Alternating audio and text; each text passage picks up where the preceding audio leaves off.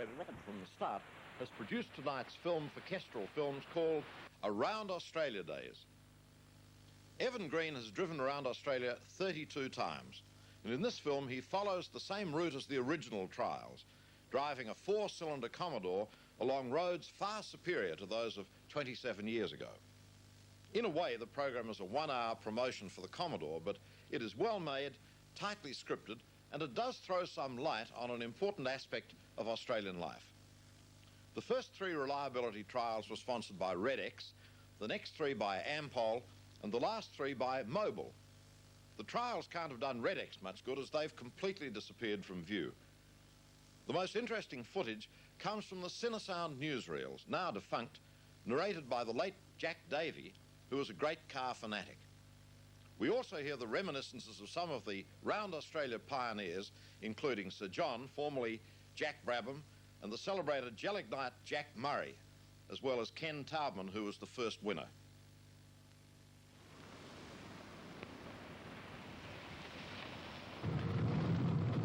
Aircraft to Commodore. Aircraft to Commodore. Good morning, how are you?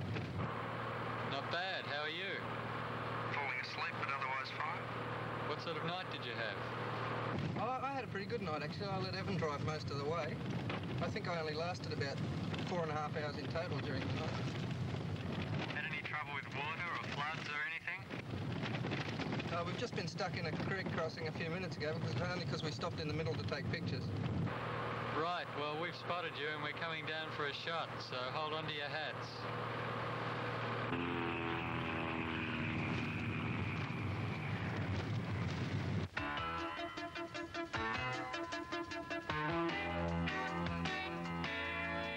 Back in the 1950s, the normally unappealing combination of rough roads and long distances inspired a spasm of extraordinary motoring contests.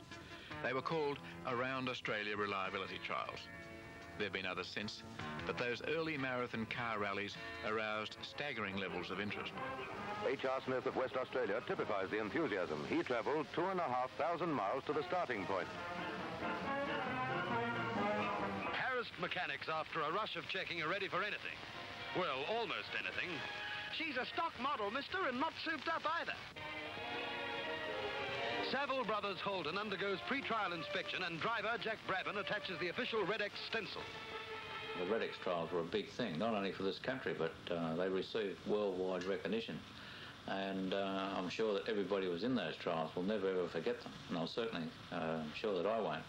It was incredible, and I don't think it could ever happen again. We're going to try to make it happen again by driving this car right around the continent, just as its ancestors were a quarter of a century ago.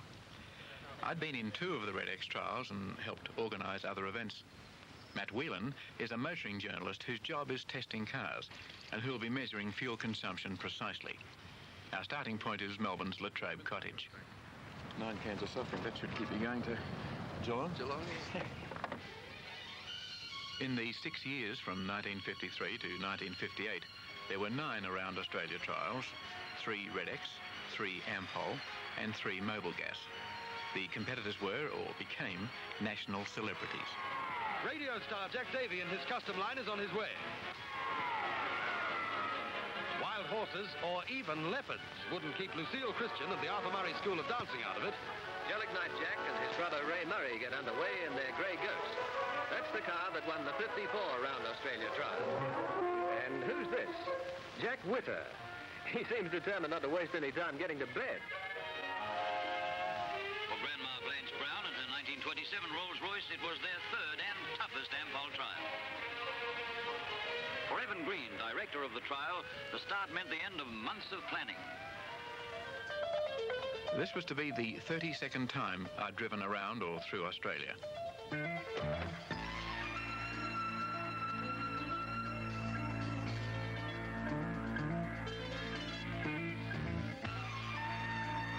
We were heading west, around the Victorian coast, where an earlier trial had run into trouble, as recorded by the radio star of that era, Jack Davey. That afternoon found us driving in bleak weather along the Great Ocean Road on the southern coast of Victoria, heading for windswept Port Campbell and probably the toughest section of the whole trial. The dampness course, affected the good spirits even of Jack Murray. And believe me, it takes some really dull weather to do that. Just before we left, a dear old lady gave me a box of crayfish. We forgot we had them, but they reminded us themselves 2 days later.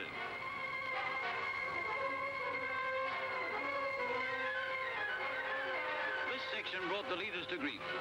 5 inches of rain had turned the road into a quagmire. Tubby Black of Terrigal made it by tearing through full bore in second gear. Behind him, Doug Hughes and Queenslander Kevin Hogan followed his example.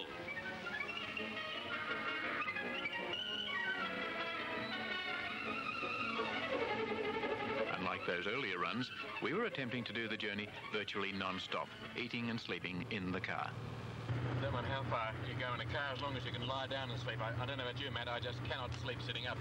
In the second Red X trial I went in 1955, I kept on falling asleep and hitting my head on the side of the car, on the pillar, or the front, on the windscreen. I ended up covered in bruises all around the left-hand side of the face and head. And I got so tired I just didn't care. You know, you'd fall over and hit something and just stay there and let your head bounce against the pillar. That was the bad old days, Evan, before my time. People say, why do you keep on doing it? It's only because the cars are getting more comfortable, I enjoy it. The dust was probably the worst, you know, apart from the tiredness, which became a factor on very long stretches.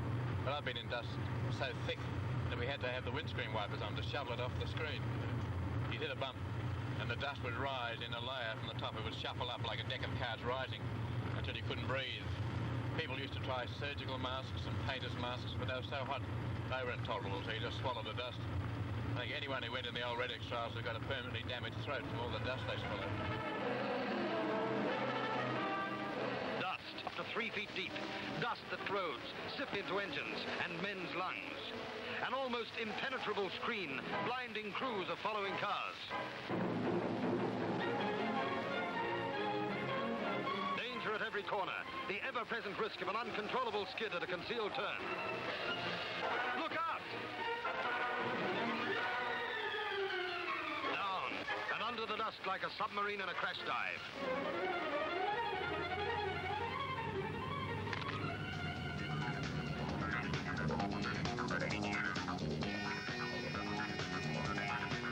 The car is a 4-cylinder Commodore, an absolutely standard model, except for spotlights, two-way radio to talk to the film crew, following our identifying 4 yellow spots from the air, and an extra fuel tank to take us through the nights non-stop. Adelaide. Ours was a quiet passage through the South Australian capital, which used to turn on rowdy welcomes for its visiting drivers. I started trial driving in the first Red X trial, which was a sight to behold. Most of them were laden down like trucks. There was pickaxes and shovels on the ceiling and even oars on the back of some of them. It was quite an interesting thing, and we were not without all the garbage in our car. And I certainly learnt on that trial that weight was paramount, and we kept everything down to a barest minimum. Even our personal toiletry we kept down to a barest minimum, and Doug Stewart and I used to share a toothbrush, and we even got round to cutting the handle off it. Of course, it's very dusty, and they'd put some fences up there.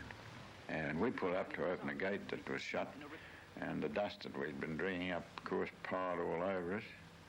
And while we were out opening the gate, 2 boys driving a standard ran into the tail of the car and pushed it forward, I think, about 8 feet, and knocked the gatepost out of the ground. We were very, very lucky, I think, that we didn't get a whiplash or something from it. Fortunately, these chaps had a damaged muffler, and we heard them coming.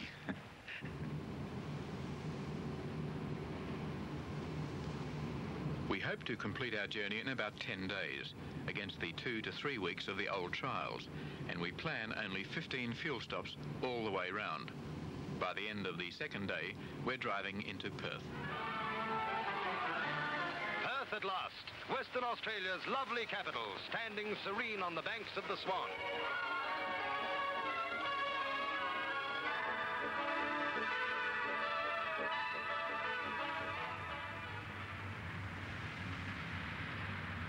Highway 1 was our main route, and to reach Perth, we'd followed it all the way, looping south through Esperance and Albany, and meeting a violent storm that followed us all the way into the West Australian capital.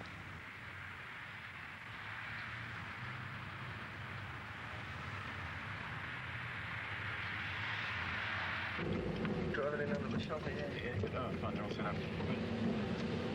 Beautiful. Hi there. Hello. How are you? Fine, thank you. Evan Green. Jamie Burkett. Hello, Jamie. Welcome to Perth. Thank you. Not a very good day. Glad you made it. Yeah. Not very much of a sunny city today.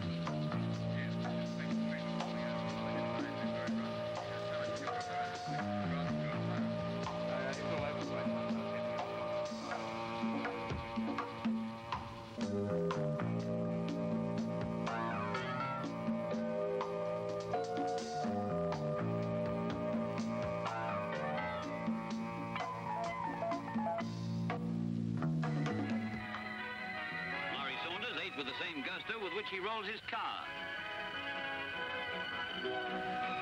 So did Witter. Granny Brown and Kath Price took tea like ladies. But my talk with David Mackay was disturbed with a jerk. The jerk was that maniac Murray and his water pistol. Old Jack was going through an egg flip stage in this year, and he decided that along with some cartons of fresh milk, he wanted a dozen fresh eggs at about 10 points around Australia. But just as the event began, Jack went off egg flips. But here we are, burdened down with 10 lots of a dozen eggs being delivered to us all points around the way. By the time we got to Mount Isa, we had enough eggs in the car to set up a delicatessen. Finally, we said, I'm going to throw them. So he gets a dozen eggs, and he goes, whack! But he'd forgotten to wind down the window. And suddenly, I'm covered in egg white and yolk. It comes across, and my eyelids are glued, and I'm trimming eggs. It's a dangerous man to travel with. Such behavior. Then, the party was gate-crashed by Jack Murray, who can trace his family tree right back to the time when his ancestors still lived in it. All I can say is, I'm glad Murray didn't bring his water pistol. Aircraft to Commodore. Aircraft to Commodore. Commodore here. Where have you been? We've nearly run out of fuel looking for you on the highway. What are you doing here? Oh, we decided to come and take a look at the pinnacles. It's taking us a little longer than we expected to get through these sandhills, though. There's a sign back there saying four-wheel drive only. No problems, though. It's a weird-looking place. Yes, the early Dutch navigators saw the pinnacles from the sea, but never landed because they thought they were warriors lined up on the hills. Better not take too long in there. The forecast doesn't sound too good. A lot of rain further north. Hope it holds off till we get back to the highway. You'll have fun getting out of there in the dark. See you in Geraldton.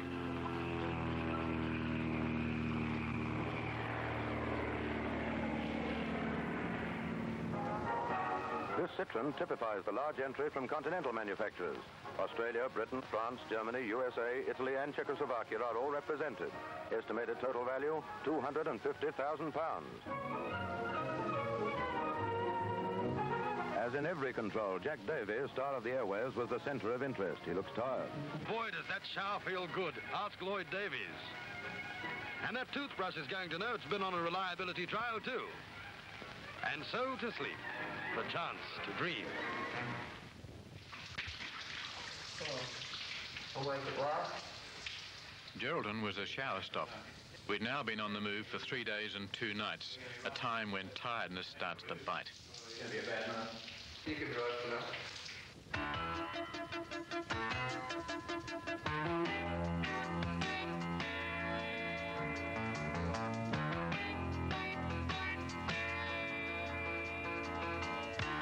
When you're really tired, you open the air vent, get that on, you turn the radio up, you sing, tell a few lies, but you still doze off. So the best thing to do is to really pull up and have a rest if you can do it. But you'd often see up on the left-hand side of the road a guy in a grey boiler suit. And I'd say to Bill, can you see anything on ahead of us? He said, yeah, a bloke up the top of the hill there.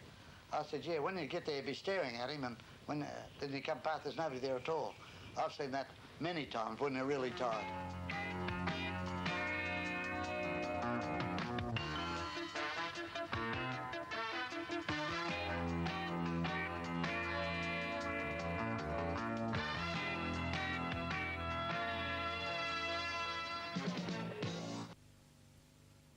We covered more than 5,200 kilometres in 3 full days of driving, 2 of which had been wet.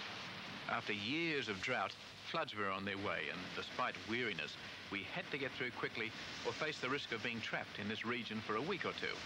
It's a paradox, But in dry country, rain is a real hazard.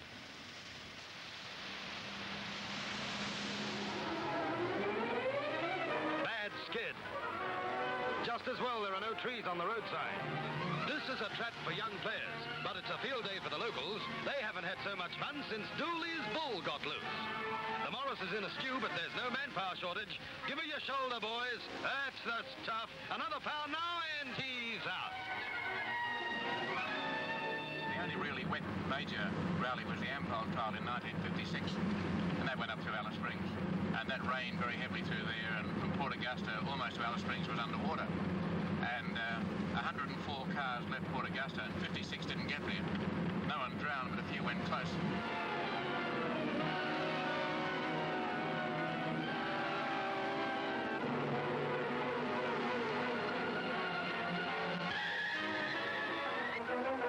Look out, cattle ahead. One mistake and they're staked. No use crying over spilt milk. Look out again. The wildlife round here is really wild. And this will show you how fast a roo can hop. We're doing 50. Hooroo. It's always been bad up here. You know, Jellignut Jack Murray and I, when we did a run here 10 years ago, we made count one night north of Carnarvon of the number of kangaroos we physically had to avoid. You know, once we had to either brake or run up the road. We did that 165 times in the night. They're lovely creatures, and I hate the thought of hurting them. They take fright and they run in such erratic patterns, but it's very hard to avoid them. We come over the top of the rise. It's about 200 miles southwest of Alice Springs. And here's the Volkswagen down the bottom, and there's a big red ruin. We pull up alongside them. They said, oh, fantastic. What about taking a picture for us? So I said, yeah, righto. So this roo is a big red roo. They grow 6'6" when they're squatting, head about this long, and he's just laying there on the ground. So Frank said, we're going to prop him up and get you to take the picture. One of us on each side of him. I said, righto. I said, well, why don't you put your coat? He had a sports coat, a brown sports coat. I remember it well because I buttoned it up. The buttonholes he'd hardly used it were tight. Put it on the roo. They're easy to dress with their two arms, so he just popped the coat on and buttoned it up. And he put his tail out behind him. It was about that thick at the back there where it left his body. Put it out, and he's in between. So I get in front, and just as I go to take it, the roo leapt one leap, boom, nearly knocked me over, and he's gone. And we start to roar laughing, and Frank was dead serious. He said, what the hell are you laughing at? I said, that roo. He said, yeah, in my coat pocket there was my wallet, £200, and my bloody licence, he said. I said, no fool. He said, that's right. So Alice Springs out in their paper, anybody shooting with a telescopic sight, to see a kangaroo with a brown sports coat on, it belongs to Frank Kleine. Truly the wide open spaces, with the horizon seeming to stretch away to the rim of the world. Lonely, desolate. They call it the Never Never, back or beyond. The poetry of Bushman's language describing a strange land that for them has an irresistible fascination.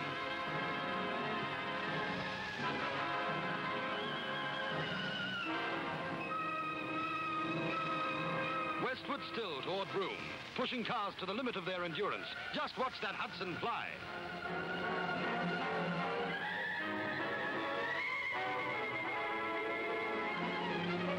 Burning up for seemingly endless miles.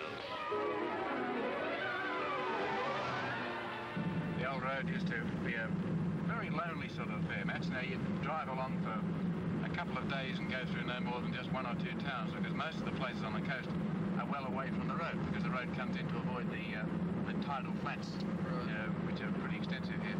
Wim Creek was one of the very few places he went through, and there was an old pub there, which in the early days, back in the 50s, was a real navigator's trap, because the road used to meander into it and go round that old pub or whatever the building is, and you couldn't find your way out. I think the publican used to keep it that way so people would stop and have a drink. But Wim Creek used to be marked by cars circling like Indians going round a camped wagon train. So you would drive about 2 days without seeing a town. And it was like being on a rocky treadmill. You get the impression this terrible track which used to wind through the trees and scrub and in and out of creek crossings and round these flat hills went on forever. You know, it gave the impression of never ending, and it was a psychological barrier as much as a very rough, dusty road that used to wear people down. They wouldn't exactly go mad, but they go close, you know. It's a strange old thing, the road. There's a bit of it over there next to us. pull up for a second, Matt, and have a look.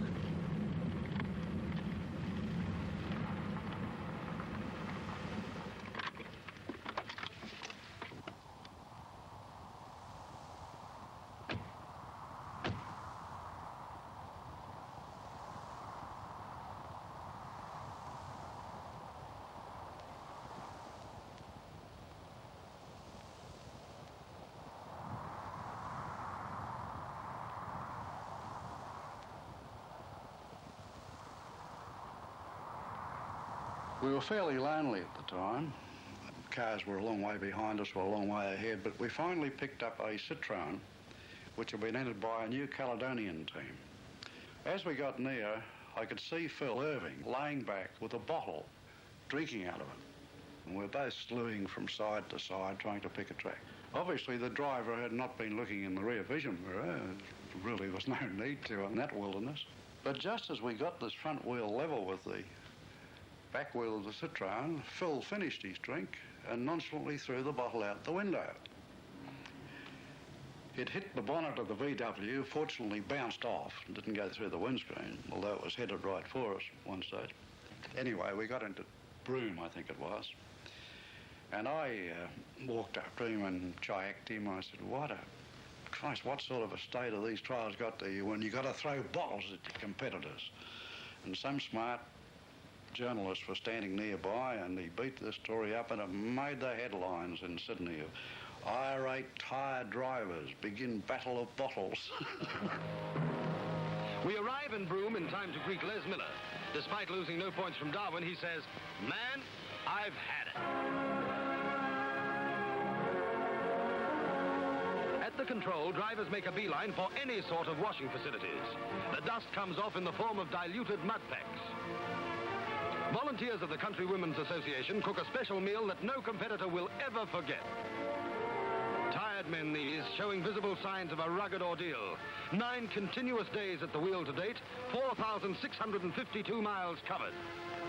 Bill Murray is cracking up, so Gelignite Jack decides on suitable treatment.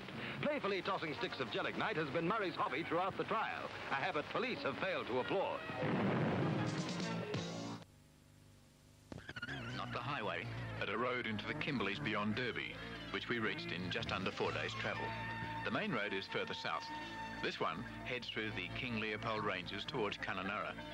We were searching for rougher roads to give us a link with the old days.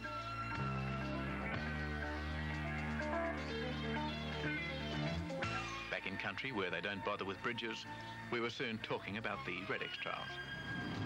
The first one was in 1953, and it was more of an adventure than motorsport. It followed the war years. Rationing had only ended a couple of years before, and people hadn't been able to travel, so there was a great pent-up feeling of wanting to get out and move around with the new freedom that existed in the post-war years.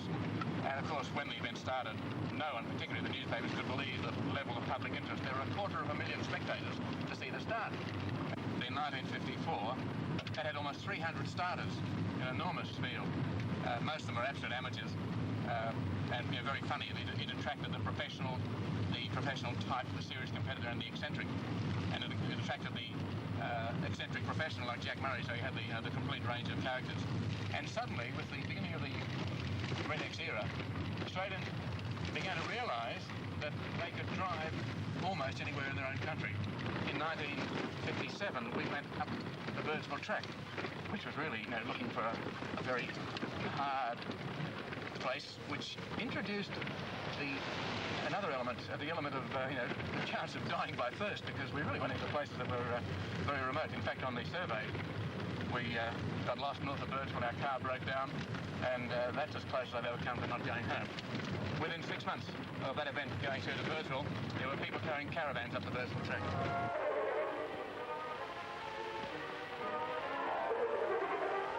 Hour after hour, cars spear deep into the stony desert in a test against time. It's 11 hours of sheer hell on wheels.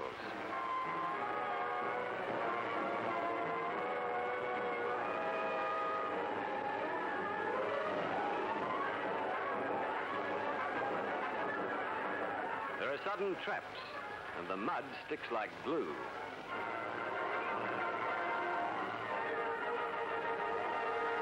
Birdsville. This tiny border outpost turns on a big welcome for the men who have blazed their way across no man's land. 3 of the favourites out, Ron Green, Jack Murray and Wolf Murrow, while colonial boy Jack would like to meet the man who made the Birdsville track.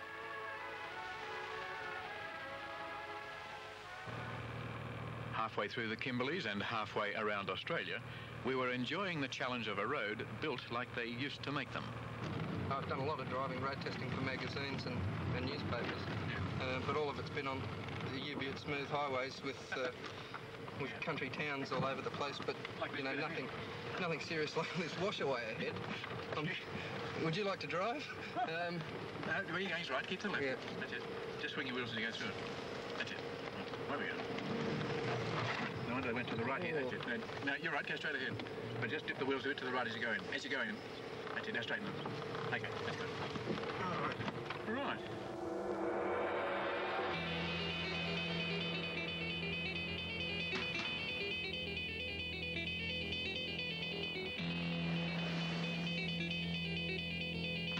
By nightfall, we were picking our way through rocks.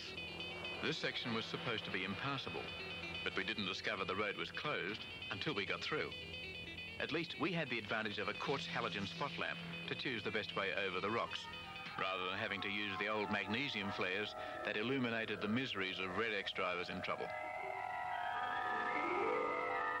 I was driving an FJ Holden, and we had a big boulder coming up out of the sand that wedged between our cross member and the subframe, and it peeled the whole front end completely off the car. And I blocked the trial. I made a name for myself there because I blocked the trial completely. Nobody could get by, and there was no way of getting by. So we had to wait till there were sufficient people arrived in trial cars that we could literally pick the car up, and we carried about 30 or 40 yards to get it off the track. And that was fine. They did that for me very nice, but then they just waved goodbye and left me there. I had a tube blowout, and I got no tube. Well, I've got grass and packed grass on the tyre, and I've driven 20 miles and saved the tyre. Load the car off in the other direction, and it's a really rough ride, and the grass stinks when it gets hot, but you can get there, and that. Things like those, you just improvise. You can get there. There they go, spread out over nearly 400 miles with the leaders already in Darwin.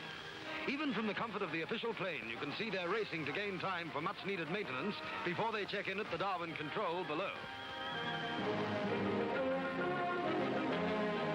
Darwin is an outpost town, but first port in Australia for airliners from England, Europe and the Far East. Red X men make for the Commonwealth Bank. These trials sure do cost money. Darwin has an attractive waterfront with good swimming facilities. And some mighty good-looking swimmers.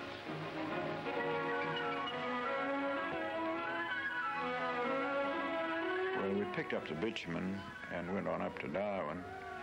And when we got up there, the crowd was sort of milling around a bit, and a very nice lady came along and said, "Oh, you've smashed your windscreen." And I said, "Yes, we have." And she said, "Well, we've got a car exactly the same as this one, and I'll get my husband to take his windscreen out and give it to you." People just couldn't do enough for anybody in a reliability trial.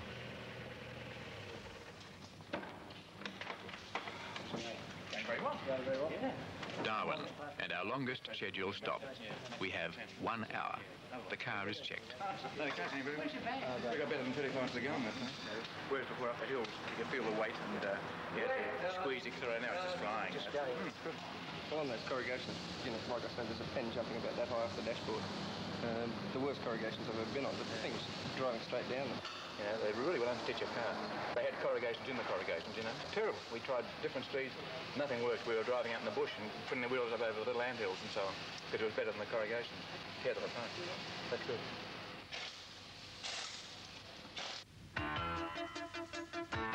We're now travelling south towards Katherine and then to the Gulf. The road's correct name is the Stewart Highway, but up here, everyone calls it the bitumen. During the Round Australia days, it was the only sealed highway of any consequence in all of northern Australia. More than a road, it was a refuge to the drivers who battled through terrible conditions to reach the bitumen, and then had to leave it again. Well, out into the Australian bush, and these tracks certainly weren't made for Sunday drivers. They're rough. Here's trouble. from anywhere and his gearbox has had it. Start walking, chum, or the dingoes will get you. John Crouch, 53, takes a dawn bend in a hurry. Hopping sun, must be a fire somewhere. We're in the bush now, straight stretches few and far between.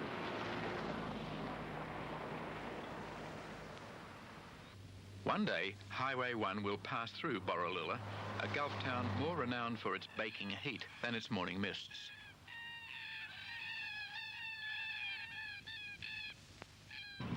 Into Queensland on a road that not many travellers use, and we're approaching the 10,000 kilometre mark. We've been driving for almost a week. How are you feeling now, Matt? At last, I'm starting to feel on top of it. I have done a couple of times during the trip. Twice, I've just sort of collapsed in terms of holding up my side of the driving. Out of Kununurra, I guess I got an hour and a half out of town. Didn't matter what I did, I just could not keep my eyes open. They're just sort of closing. I sort of shake my head, pull them open, stick my head out the window into the cold air, but no, couldn't keep them open. Well, we didn't get any sleep during the day then, did we? You know, we just missed out on the scheduled rest, and I think that's the problem. If you get out of the pattern of short driving spells and a little bit of sleep, then it's terribly hard to recover, and that's what happened. You know, we're going to there, filming away, a spectacular country, and we were 12 hours behind in our sleep. By the end of today, we'll be back into the groove to the extent that we could go around Australia twice or three times without worrying, I think. All the so-called bad parts are just a challenge, and as a matter of fact, I think that's probably what keeps you going better. The fact that things are not going well, and if you're up against, say, twisty, windy roads and rough stuff and unusual things, well, that I think keeps you brighter. Part of our diet, we survived on a diet of bull dust, wakey pills and cigarettes. We estimated that I'd gone through an average of 100 cigarettes a day. Because our aim is to travel as close to the coast as possible, we follow the road through the strange river-scarred country south of the Gulf of Carpentaria.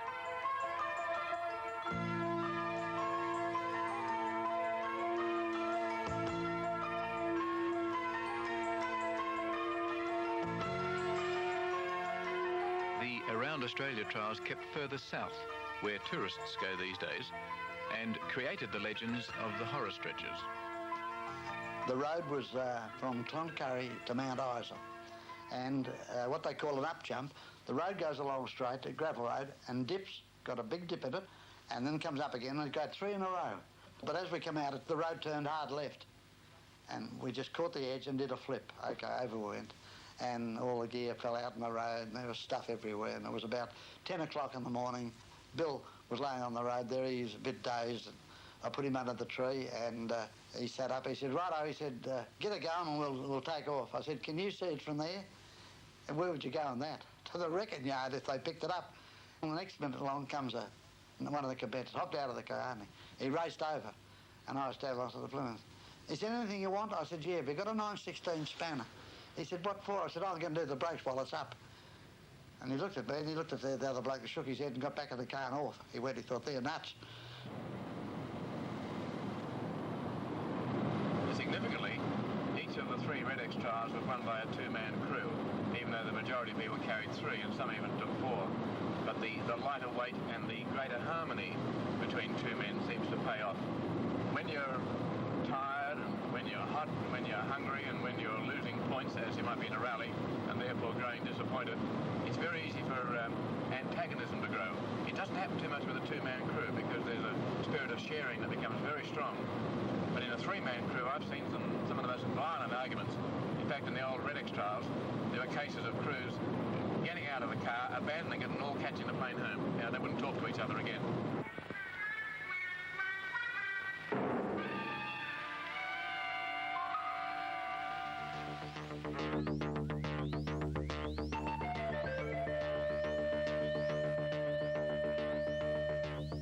Quite suddenly, the country changes.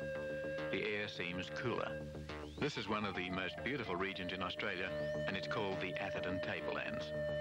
At the bottom bottom of the mountains lies Cairns, a major rest point in the later trials. In those days, contestants used to enjoy as much as 36 hours rest. Wheel pause just long enough for an oil change. Yeah, underneath it is very good. Tyres, any problem with tyres at all? No, even a flat tyre. That is terrific, isn't it? My word, it is. Wish I hadn't said that. And what sort of mileage you've been getting out? We're getting somewhere around 32 miles per gallon overall. Matt's the statistician. I'm not sure if you've had a chance to work it out yet. But you know, in the old days when the Red X trials were on and all the other things that followed, people would never ask fuel consumption.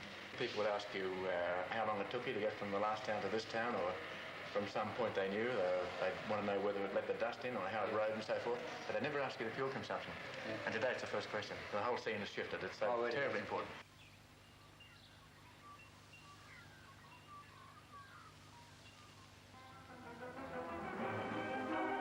Work won't wait, so the trial cars must, and do as the sugar train goes by. Every homestead, every passing truck or car was a procession of waving hands and shouted messages of goodwill.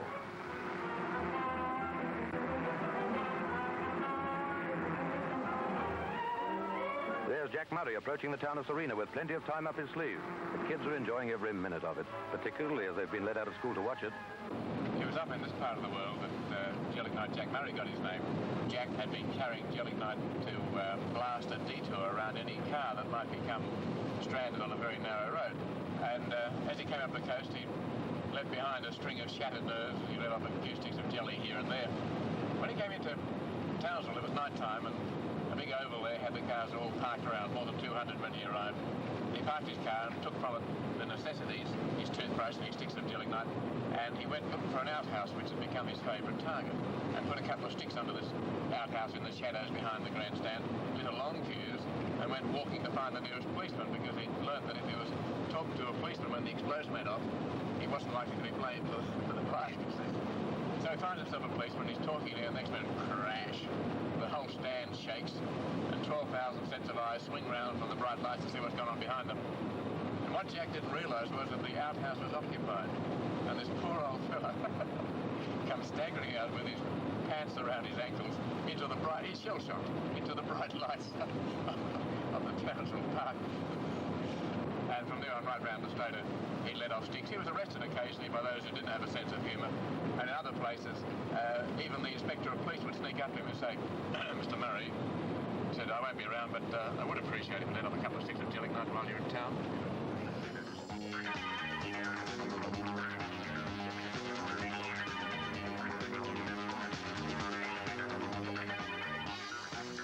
Between Mackay and Rockhampton, the road used to be so rough you couldn't possibly sleep. It was like a destruction course, and the gravel surface was stained with the oil of countless broken sumps.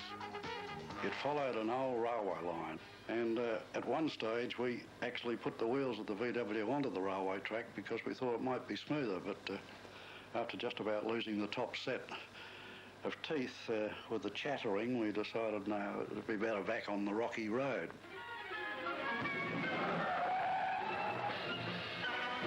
We're going non-stop to Rockhampton. He's non-stop for the borough. Last year's winner, Ken Tubman, making fast time. Too fast, maybe. Watch this narrow escape as his car almost goes off the road. They're heading south in a hurry, trailing dust as they hit the Pacific Highway south of Murwillumbah. The 1927 Rolls is still rolling, too.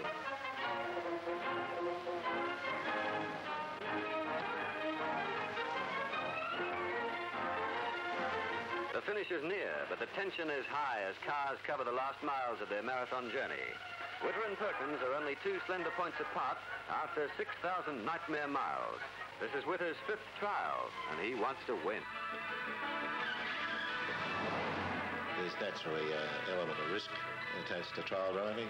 And, under the circumstances, I think I got out pretty clean, although I did have a rather serious accident up in Casman, trying to climb a tree with a VW that didn't work out too well. Broke my arm in a couple of places and was hospitalised and in plaster for about 16 months.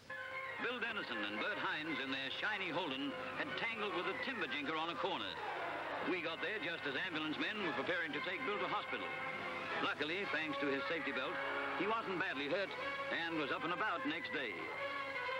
Not everyone was so lucky. 5 men died in the events of that era, but the lessons learned resulted in such improvements to cars and safety features that rallies since have been remarkably free of injury. Even city motorists who would never venture beyond the suburban sprawl gained from the so-called reliability trials because they did result in the building of cars that were more reliable and better in significant ways. 6 of the events of the 1950s finished in Sydney, 3 in Melbourne, which is our destination. Because of our long fuel range, we don't need to stop for petrol in Sydney. We'd found the car would cover more than 700 kilometres on the normal tank.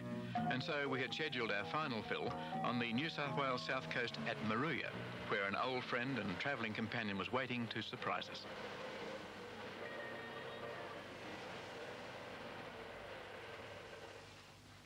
Oh, heavens, good heavens. What's up with you? Christ, wake up, will you? Get out. Can you get out? What are you doing here? I thought you were coming on crowd. Oh, it's like a nightmare. Hi, all right? Fine, Jack, how are you? Never better. Great to see you. Yeah, it's about a week ago, isn't it? I thought you'd like a cake or something to eat. The knife. I must have the knife. Well, You look at that, you should have the knife, but in a different place. You cut it, Evan. Yeah. Good heaven. Which is a celebration, is it? Oh, yes, this is, yeah. Which is one of these Black Forest cakes, is it? Yeah, that is it, a Black Forest cake. Looks as though it's in pain. It looks bloodshot, doesn't it? You get that. Try that. Yeah, see if it's sour. It's nice to have you back, Jack. Is it? Well, Okay. the mouth's a bit higher than that. You open the door. It's a bit different to what you used to do. Yeah, I'll let you in, Jack. You used to throw the door at me. Used to throw you inside. Yeah. Try it out there. A bit of comfort, eh? Yeah, it's good. That's just the Sam and Sid laid back. It's hard work doing these trips now, isn't it? Fantastic. We won't get him out. I could go to sleep. Thank you.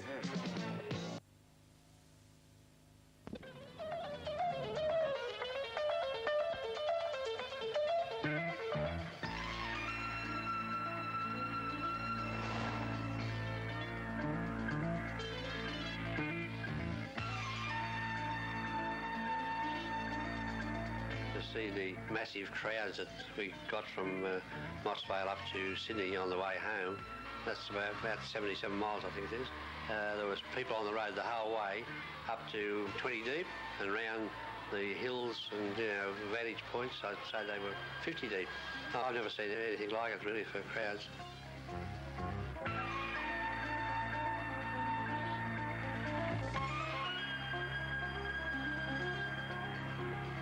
It was estimated by the papers that there were 250,000 people out to see the finish.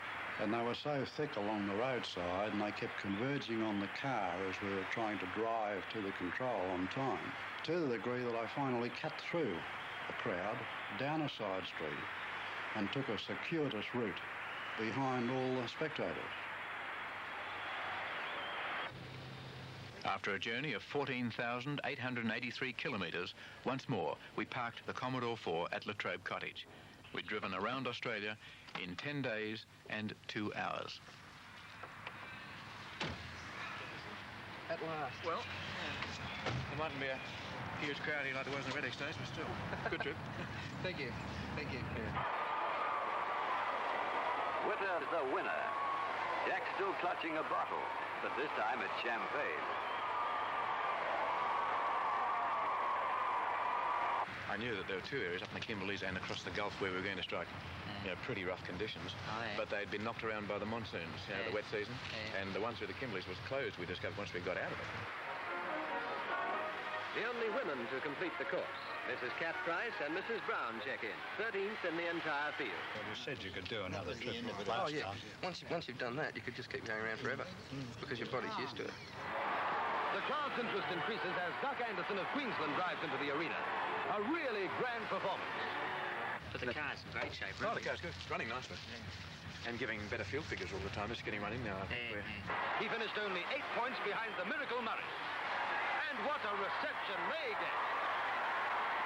They've gone right round Australia without losing a single point.